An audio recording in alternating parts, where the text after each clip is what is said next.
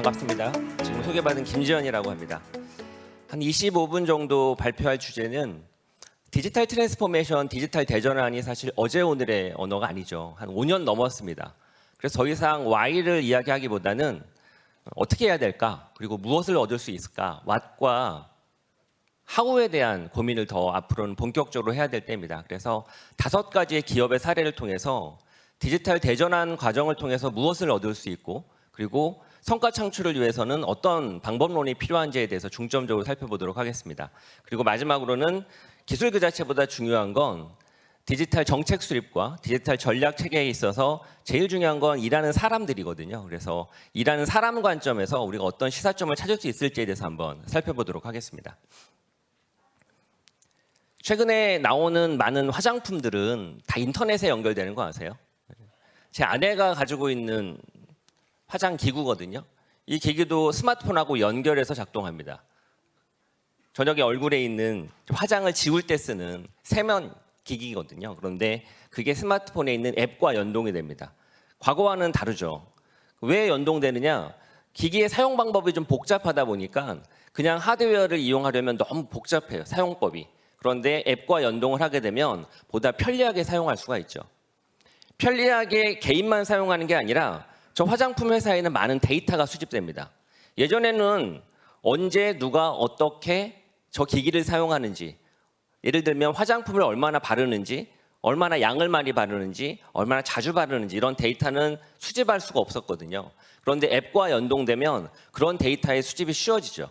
그러다 보면 화장품에서는 그 데이터를 수집을 해서 분석을 함으로써 더 나은 화장품 개발하는 데 활용할 수도 있고, 혹은 고객에게 좀 더 편리한 형태의 화장품 서비스를 진화 발전시키는데 이용도 할 수가 있죠. 그러다 보니 최근에 나오는 많은 화장품 기기들은 다 이렇게 인터넷에 연결됩니다. 여기에 사용된 기술이 뭘까요? 사물이 인터넷에 연결됐기 때문에 사물 인터넷, 즉 IoT 기술이 사용됐고요. 당연히 그 과정에는 앱을 통해서 데이터가 수집되고, 수집된 데이터는 분석을 해야 되기 때문에 빅데이터와 관련된 기술들이 여기에 활용됩니다. 한마디로 말하면 디지털 대전환은 큰 대기업이나 제조업체나 IT와 관련된 IT 전문 기업에서만 활용되는 게 아니라 우리 일상에 있는 모든 소비재 제품에도 스며들었다는 거죠. 왜냐하면 그래야 고객이 좀 더 편리하게 이런 기기를 기존보다 훨씬 더 쉽게 사용할 수 있고, 기업은 그 과정에서 많은 데이터를 얻을 수 있기 때문이죠. 화면에 나오는 제품은 누스킨에서 나온 화장품입니다. 그런데 맨 오른쪽 끝에 있는 화장품 뚜껑을 연 모습을 보면 5개의 카트리지가 장착되어 있는 걸 볼 수가 있어요. 총 45개의 카트리지가 있거든요. 그 카트리지 중에 제 얼굴을 스마트폰으로 촬영하면 제 피부 타입에 가장 적합한 카트리지를 추천해 줍니다. 그렇게 추천받은 카트리지를 맨 오른쪽에 있는 그림처럼 장착을 하게 되면 내 스마트폰 앱과 연동이 되어서 그때부터 나만의 화장품이 만들어지는 거죠. 전 세계에 아무도 쓰지 않는 나의 피부 타입에 최적화된 화장품이 만들어지는 거예요. 가운데 있는 화장품을 보면 맨 아래에 구멍이 뚫려 있죠. 그 구멍 아래에다 손가락을 집어넣게 되면 내 손에 적당량의 화장품이 딱 떨어집니다. 그때마다 조화롭게 조합이 돼요. 왜냐하면 아침에 바르는 화장품과 저녁에 바르는 화장품의 구성품이 좀 다르거든요. 그러다 보니 시간을 체크를 해서, 그리고 사용량을 체크를 해서 가장 적절한 화장품의 배합이 결정되어 가지고 제가 쓸 수 있게끔 저 맨 가운데 있는 아래에 화장품이 딱 떨어집니다. 당연히 앱과 연동되기 때문에 얼마나 내가 자주 사용했는지, 빠뜨리고 사용한 적은 없는지 이런 것들을 다 체크를 하죠. 잘 사용하지 않으면 알람이 오기도 합니다. 그러다 보니 기존에 쓰던 화장품보다 훨씬 더 개인 맞춤형으로 제공될 수 있고, 그리고 까먹지 않고 잘 쓸 수 있고, 아침과 저녁에 바를 때마다 다른 화장품을 이용할 수 있고, 화장품이 떨어지게 되면 알람이 와서 주문을 할 수 있게끔 제공하고, 더 나아가서 3개월, 4개월 쓰다가 다시 한번 내 얼굴을 촬영하게 되면 화장품을 쓰면서 이 화장품이 적절한 농도에 잘 쓰여져 가지고 피부 타입이 좋아질 수도 있고 나빠질 수도 있겠죠. 그럼 그거에 맞게끔 다시 개선된 화장품으로 카트리지가 재구성됩니다. 그러니까 기존처럼 천편일률적인 화장품을 제공하는 게 아니라 사람마다 다른 화장품을 제공할 수가 있는 거죠. 여기에 사용된 기술이 뭘까요? 마찬가지입니다. 화장품이 인터넷에 연결됐기 때문에 사물 인터넷 기술이 사용됐고, 앱을 통해서 늘 연결되어서 데이터를 분석하기 때문에 빅데이터 기술이 사용됐죠. 그리고 이 화장품의 구성품을 사람이 다 일일이 재조합할 수 없거든요. 그래서 인공지능이 활용되어서 가장 적절한 피부 타입의 화장품이 무엇인지를 지속적으로 큐레이션하는 그런 기술들은 AI 기술이 활용됐죠. 화장품이 인터넷에 연결되어서 얻게 된 소비자의 가치죠. 기업은 뭘 얻었을까요? 누스킨이라는 회사는 데이터를 얻었죠. 사용자가 어떻게 화장품을 쓰는지, 배합을 어떻게 이용하는지, 빠뜨리지 않고 자주 쓰는지 이런 데이터를 얻었고, 그 데이터 덕분에 더 나은 화장품을 개발할 수 있는 개발력을 얻었죠. 기존의 화장품을 판매하면 아모레퍼시픽에서는 판매한 화장품이 누구에게 전달되어서 어떻게 사용되는지 알 수가 없었거든요. 그런데 이렇게 인터넷에 사물이 연결되게 되면 그런 데이터를 얻을 수가 있죠. 킨사라고 하는 스타트업의 체온계예요. 우리 아이들이 막 머리가 펄펄 끓이면 체온을 재잖아요. 그 체온계를 만드는 스타트업입니다. 기존의 스타트업과는, 기존의 체온계와는 다른 새로운 경험을 제공하죠. 어떻게 작동되는지 한번 잠깐 보시죠. But at least there's Kinsa. In just 10 seconds, the Kinsa smart thermometer gives an accurate reading. Reading complete. And with a few simple taps, you can track symptoms, take pictures, and even record custom notes. So you have 체온계가 a full 스마트폰과 history of the 연동되죠. illness. With everything you need to know about your child's illness right on your phone, you cut out the guesswork for a faster path to recovery. You can also see what's going on around his school and offer that information to your pediatrician to help guide your next steps. A doctor with knowledge of strep going around is more likely to order a throat culture sooner. Pediatrician recommended. Affordable. 체온계에 simple LCD가 to use, 없어요. 액정이 and 없다는 designed 얘기예요. with parents and kids in 체온을 mind. 재고 아이의 체온이 몇 도인지를 알 수가 없어요. 스마트폰과 연결되어서 화면으로 알 수가 있습니다. 사실 우리가 체온을 재는 이유는 뭘까요? 아이의 체온이 38도인지 39도인지 숫자가 궁금한 걸까요? 아니죠. 이게 지금 병원에 당장 데리고 와야 되는 건지, 아니면 열 좀 식히면, 냉찜질을 하면 금방 낫는 것인지, 그 불안한 감정을 해소하고자 하는 게 우리가 원하는 것이지, 아이의 체온이 현재 몇 도인지 숫자가 궁금한 게 아니거든요. 그런데 기존의 많은 체온계들은 항상 늘 정확한 숫자, 즉 아이의 정확한 체온, 그리고 좀 더 편리하게 잴 수 있는 하드웨어적인 거에만 투자를 했지, 방금 제가 말씀드렸던 체온을 재는 근본적인 원인, 그거를 사용자에게 제대로 가치 있게 전달하고자 하는 데에는 제대로 실현을 못했죠. 그런데 지금 화면에 보여지는 킨사의 체온계는 앱을 통해서 아이의 체온을 수시로 확인하고 정보를 제공합니다. 정보를. 그래서 체온을 잰 다음에 내가 의사에 있는 친구한테 전화해서 물어볼 필요가 없고, 네이버 지식인에 검색할 필요가 없죠. 39.5도가 38도가 37도가 어떤 의미인지 내가 해석할 필요가 없어요. 왜? 앱을 통해서 제공이 되니까. 그러면 앱을 통해서 그런 정보가 어떻게 제공되죠? 모든 체온을 잰 숫자가 클라우드에 기록되거든요. 킨사의 클라우드에. 그렇게 기록된 데이터를 기반으로 킨사의 AI가 측정을 해서 분석을 해서 알려주는 겁니다. 오전 8시에 쟀을 때, 2시간 후에 쟀을 때, 오후 7시에 쟀을 때 아이의 체온이 이런 수치로 높아지고 낮아지게 되면 지금 병원에 가는 게 좋겠다. 지금은 냉찜질을 하고 약을 먹으면 괜찮다. 이런 컨텐츠를 제공하는 겁니다. 그런 컨텐츠를 제공하는 게 일일이 의사 선생님이 붙어가지고 제공하기에는 ROI가 안 나죠. 그렇기 때문에 그때 AI 기술이 접목된 겁니다. 체온계를 만드는 중소 제조업체도 체온계를 통해서 고객에게 실제 필요로 하는 정보와 니즈에 부합되는 가치를 제공하기 위해서 디지털 기술을 이용한 거죠. 이게 디지털 대전환이죠. 디지털 트랜스포메이션이고, 한마디로 말하면 DT라고 하는 것이 큰 기업만 할 수 있는 것도 아니고, 거대한 전통 기업들이 대규모의 투자를 통해서만 할 수 있는 게 아니라 작은 중소 제조업체도 기존에 만들던 프로덕트를 고객에게, 사용자에게 더 나은 경험과 밸류를 제공하기 위해서 간단한 디지털 기술을 이용할 수 있다. 이게 디지털 트랜스포메이션이라고 하는 거죠. 그리고 그런 디지털 트랜스포메이션이 5년간 전방위로 이루어지면서 산업의 패러다임이 바뀌었죠. 그 산업의 패러다임을 바로 4차 산업혁명이라고 하죠. 그래서 4차 산업혁명의 정의는 디지털 기술을 기반으로 새로운 고객 밸류를 만들어내고 사업 혁신을 하는 과정을 바로 4차 산업혁명이라고 말을 하죠. 그때 사용된 기술이 바로 가장 핵심적인 4가지 기술입니다. IoT, 사물이 인터넷에 연결된 거죠. 빅데이터, 인터넷에 연결된 사물을 통해서 축적되고 분석된 정보를 뜻합니다. 클라우드, 데이터가 저장된 공간을 뜻하죠. AI, 앞서 설명드린 것처럼 저장된 데이터가 가만히 있으면 아무 의미가 없거든요. 수시로 분석을 해서 의미를 찾아야 되거든요. 그때 사용되는 기술이 바로 AI죠. 그래서 4차 산업혁명은 이런 네 가지의 핵심 기술 기반으로 산업이 대전환되는 걸 뜻하고, 기업은 그런 외부 환경의 변화에 따라서 디지털 기술을 응용을 해서 사업 혁신을 본격적으로 추구를 해야 되고, 그걸 디지털 트랜스포메이션이라고 합니다. 자, 그러면 중소 제조업체만 디지털 트랜스포메이션을 취하느냐? 전통 기업도 마찬가지예요. 존 디어라고 하는 농기구 제조업체입니다. For me, it was really exciting the first time I got to take the autonomous truck and check the fuel level. Field is left. If there was something in the field that it wasn't sure about, the tractor will stop and alert me. On farms, labor is always a challenge.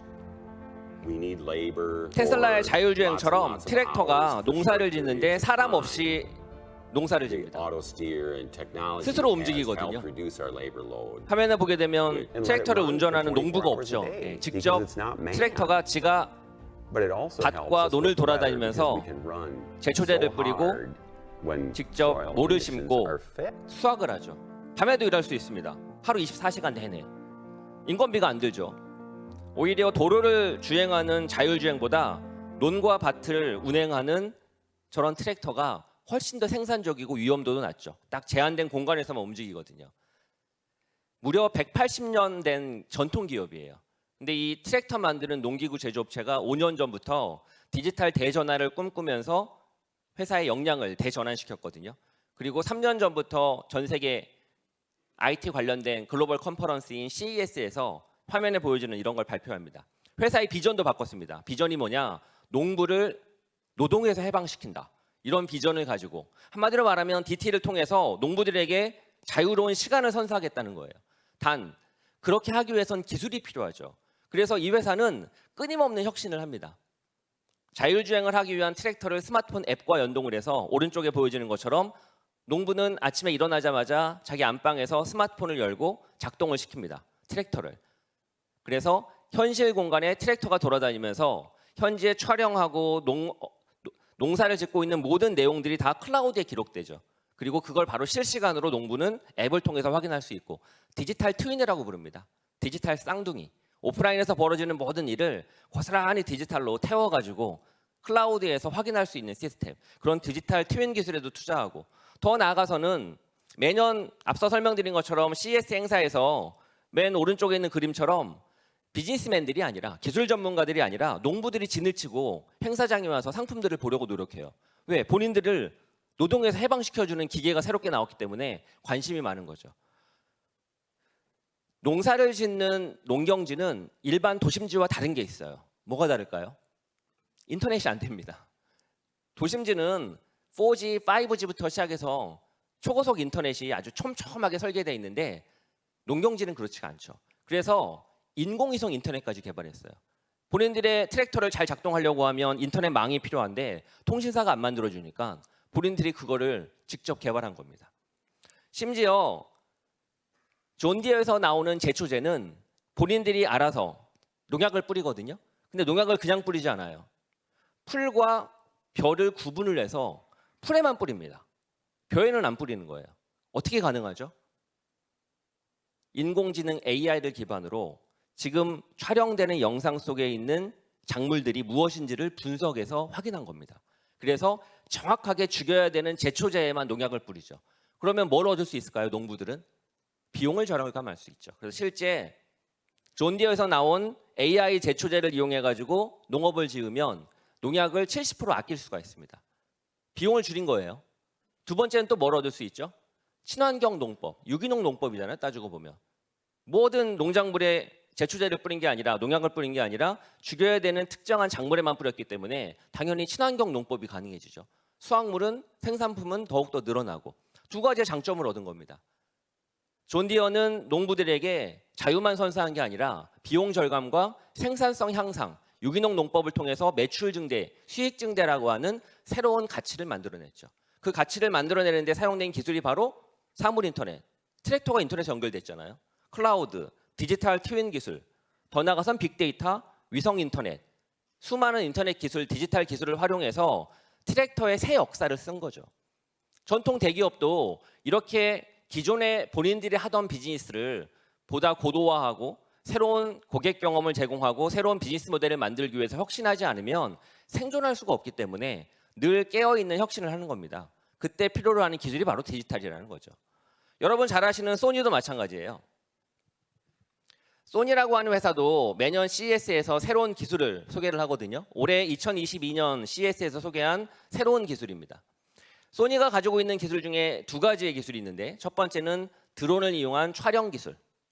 두 번째로는 소니가 게임 업계의 또 1위죠. MS 엑스박스와 함께 플레이스테이션의 메타버스 기술이 있습니다. VR 기술. 정리를 하면 최첨단의 AR과 VR이라고 하는 메타버스 기술을 이용해서 소니가 원래 보유하고 있는 드론 카메라에 지금 설명드린 기술을 접목해서 새로운 비즈니스 도메인으로 진출했습니다. 어디로 진출했느냐? 스포츠 생중계 분야에 새로 진출했어요.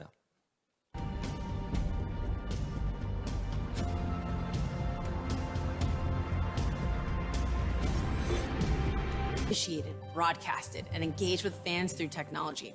One of our most prominent advancements has been supporting many rights holders and broadcasters through our data visualization capabilities. Adding data to video has had an increasing value in the sports industry. By combining metadata, artificial intelligence, and video, Hawkeye has developed unparalleled expertise in introducing new tracking technologies in sports. From football's goal line 야구, technology 농구, to tennis's 축구 모든 electronic 경기에 run calling. 실시간으로 촬영되는 영상 속에 있는 선수들과 공의 움직임을 포착을 해서 그걸 디지털 데이터로 다 축적하는 겁니다. 그리고 그거를 방송하는 방송 아나운서에게 잘 전달되도록 해주고 시청자에게도 그 정보를 전달함으로써 스포츠를 보는 재미가 더욱더 배가 되죠. 더 정교해지고 더 즐거워지고 더욱더 데이터 분석 기반으로 정확해지고 기존에 그냥 TV에 있는 스포츠 생중계를 보기만 하는 게 아니라 여러 가지 정보와 펀치의 적중률이나 기타 여러 가지의 각도부터 시작해서 선수의 어시스턴트 확률 이런 것들이 다 보여지니까 더욱더 재미있게 스포츠를 볼 수가 있죠. 한마디로 말하면 카메라를 통해서 촬영한 영상을 그냥 송출만 하는 게 아니라 그 카메라를 통해서 촬영된 영상 속에 있는 모든 것을 추출을 해서 그걸 데이터화하고 분석을 해서 함께 정보를 제공하니까 보는 시청자 입장에선 또 그걸 방송하는 방송 아나운서 입장에서는 훨씬 더 즐겁고 정확한 콘텐츠로 방송을 볼 수 있는 거죠. 새로운 방송 솔루션을 제공한 겁니다. 기존에 방송 카메라를 만들던 제조업체들이 제공할 수 없는 기술이죠. 그때 사용된 기술이 바로 메타버스 기술이죠. AR과 VR과 부분 디지털 트윈 기술. 이런 기술을 활용함으로써 새로운 스포츠 생중계의 역사를 쓴 거죠. 엔터테인먼트, 우리가 잘 아는 워크맨부터 시작해서 게임 이런 쪽에만 종사하던 소니가 이제는 기술을 기반으로 새로운 스포츠 생중계 방송 관련된 사업에 진출한 겁니다. 그리고 오늘 자세히 이야기하기는 않겠지만 올해 CES에서는 소니가 전기자동차 제조에도 직접 진출하겠다고 밝혔고 올해 연말에 실제 소니의 자회사가 생기기도 했습니다. 4차 산업혁명의 본질이 그래요. 디지털 기술을 기반으로 기존에 하고 있지 않았던 신규 산업 영역으로의 대전환이 기술 기반에선 쉬워지거든요. 디지털 기술을 가지면 기술을 통한 혁신이 산업 간 경계를 넘나들기 때문에 4차 산업혁명의 핵심은 기존에 하던 사업만 하는 게 아니라 사업 영역이 계속 확장됩니다. 그래서 정리를 하면 4차 산업혁명의 본질은 디지털 기술 기반으로 산업 간 경계를 붕괴시키는 새로운 사업 패러다임을 뜻하고 기업은 그런 산업 패러다임에 발맞춰서 기업의 비즈니스 모델을 다시 혁신해야 되거든요. 그때 디지털 기술을 이용한다는 거죠. 그렇게 이용하는 디지털 기술은 앞서 제가 4가지가 핵심이라고 말씀드렸는데 그거 외에도 여러 가지가 있습니다. 저는 ABCDEFI라고 표현하거든요. AI, 블록체인, 클라우드, 빅데이터의 데이터, 엣지 컴퓨팅, 5G, 그리고 사물 인터넷 IoT. 그리고 이제 최근에는 앞서 설명드렸던 AR이나 VR과 같은 디지털 트윈 같은 메타버스 기술도 있고 더 나아가선 앞으로 주목받을 웹3 기술, 블록체인 기술 기반의 NFT와 DAO와 DeFi, DEX 이런 기술들을 활용한 웹3라고 하는 새로운 형태의 인터넷 기술 철학도 앞으로 주목받을 미래 기술 중에 하나죠. 이런 기술들을 다 할 필요는 없고 기업이 혁신하고자 하는 영역에 지금 설명드렸던 기술들을 적절한 도구로서 쓰면 그걸 기반으로 사업 혁신을 꾀할 수가 있습니다. 그런 디지털 트랜스포메이션을 전 세계에서 가장 잘하는 전통 기업이 바로 스타벅스죠. 친구들을 만나러 가는 길. 먼저 도착한 친구들이 빨리 오라며 에밀리를 재촉합니다. 에밀리는 저장해둔 나만의 음료를 미리 결제합니다. 매장에 도착한 에밀리는 어라? 줄을 서지 않고 바로 친구들에게 갑니다. 스타벅스 카드 앱을 실행하니 결제해놓은 주문이 뜨네요. 바로 주문을 전송! 에밀리와 친구들의 대화가 끊김없이 이어집니다. 이야기를 나누는 사이 커피가 벌써 준비되었네요. 내 손 안에서 간편하게 만나는 스타벅스. 사이렌 오더 스타벅스 카드 애플리케이션에서 만나보세요. 여러분이 오프라인 매장, 아니 오프라인 특정 장소에 왔을 때 특정한 앱을 실행하는 경우는 거의 없거든요. 예를 들어 여러분 여기 지금 코엑스에 오셔가지고 이 컨퍼런스에 들어오시면서 혹시 어떤 앱을 실행한 적 있어요? 뭐 당연히 카톡 실행할 수 있죠.